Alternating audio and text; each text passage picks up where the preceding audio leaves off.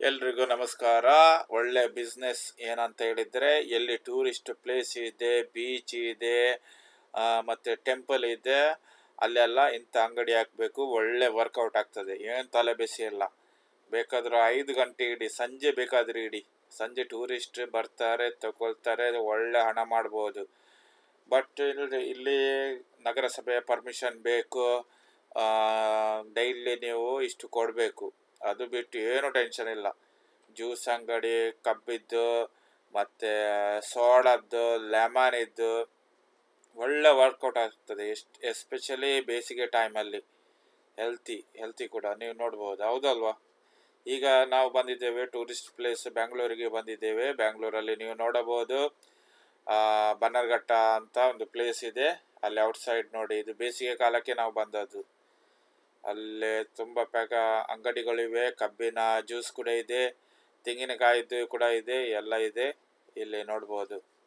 Video ಇಷ್ಟವಾದರೆ ನನ್ನ ಚಾನಲನ್ನು ಲೈಕ್ ಮಾಡೋದನ್ನು ಕೂಡ ಮರಿಬೇಡಿ.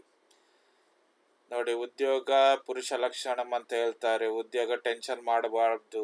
ಸಾಫ್ಟ್ವೇರ್ ಆದರೆ ಕೆಲಸ ಹೋಯಿತು, ಏನೆಲ್ಲ ಟೆನ್ಷನ್ ಮಾಡಬಾರ್ದು. ಹಣ ಇದ್ದರೆ ಈ ಥರ ಬಿಸ್ನೆಸ್ ಹಾಕಿ.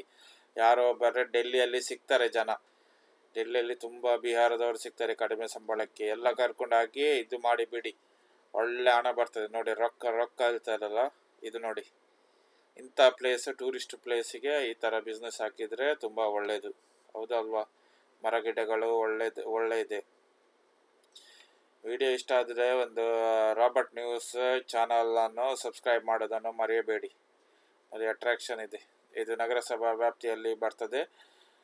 ಶೆಡ್ಗಳ ರೀತಿ ಹಾಕಿದ್ದಾರೆ, ಅಂಗಡಿಗಳನ್ನು. ಐಸ್ ಕ್ರೀಮ್ ಕೂಡ ಬೇಸಿಗೆಗಾಲದಲ್ಲಿ ಒಳ್ಳೆ ವರ್ಕೌಟ್ ಆಗ್ತದೆ.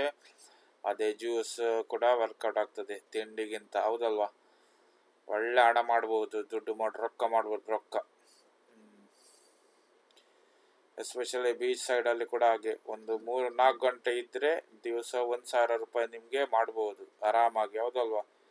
ಟೂರಿಸ್ಟ್ ಅಂದರೆ ಆ ಥರ ಇರಬೇಕು. ಆ ಪ್ಲೇಸಲ್ಲಿ ಅಂಗಡಿಗಳನ್ನು ಹಾಕಬೇಕು. ನೀವು ರೆಸಾರ್ಟ್ ನೋಡಿ, ರೆಸಾರ್ಟ್ಗೆ ಕೂಡ ಒಳ್ಳೆ ಹಣ ಸಿಗ್ತದೆ, ಹೌದಲ್ಲ? ಬಿಸ್ನೆಸ್ ದಿವಸ 1,000 ಆ ಥರ. ಇಷ್ಟ ಆದರೆ ರಾಬರ್ಟ್ ನ್ಯೂಸ್ ಸಬ್ಸ್ಕ್ರೈಬ್ ಮಾಡೋದನ್ನು ಮರಿಬೇಡಿ.